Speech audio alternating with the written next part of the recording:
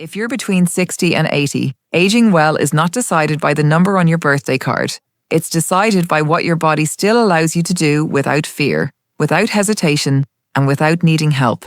And in my experience, that difference shows up in a handful of very ordinary abilities long before it shows up in a crisis. I'm Dr. Sarah, and after years of evaluating older adults before procedures, during recovery and after illness, I've noticed something striking. Two people can be almost the same age, have similar diagnoses, and yet live in completely different bodies. One still moves through the day with quiet confidence.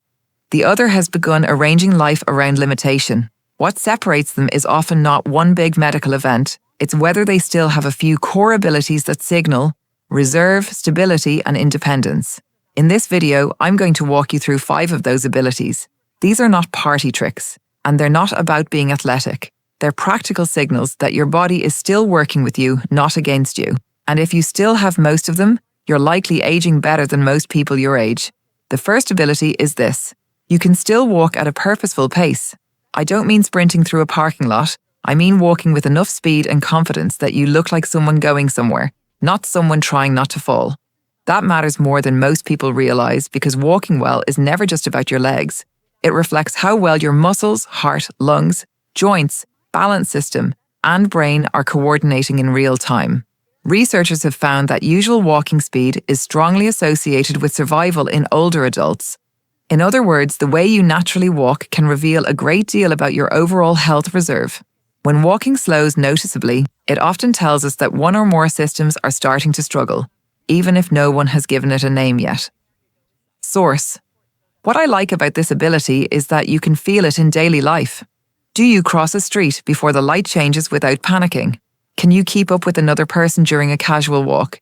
Do you move through a grocery store without feeling like every aisle is an endurance event? If the answer is yes, that's a very good sign. And if the answer is no, that is not a verdict. Walking speed is trainable. Consistent walking, a little incline work, and short bursts of faster pace can improve it.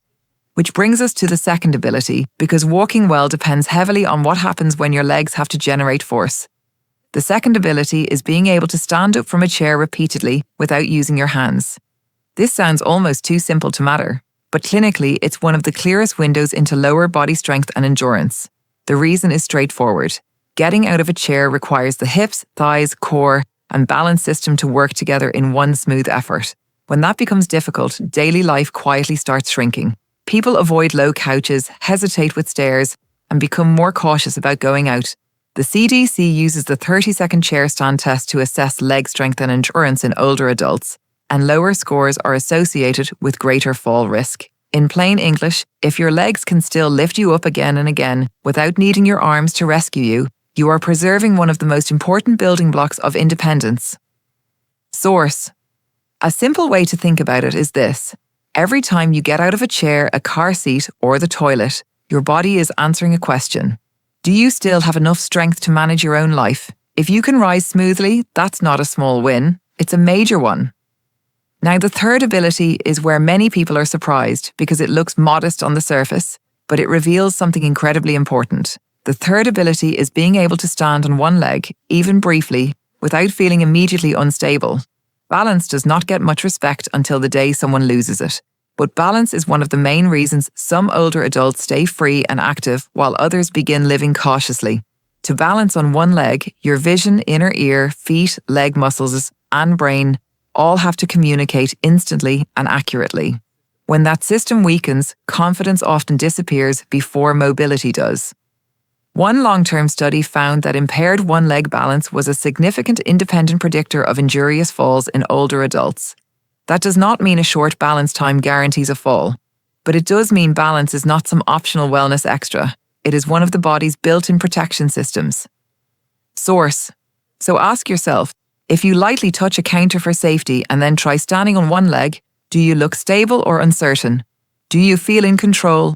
Or do you feel like your body is negotiating with gravity? That answer matters.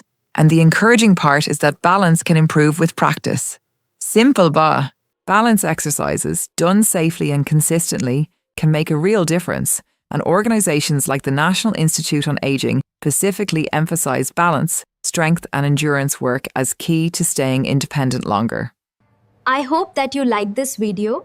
Subscribe for more interesting information.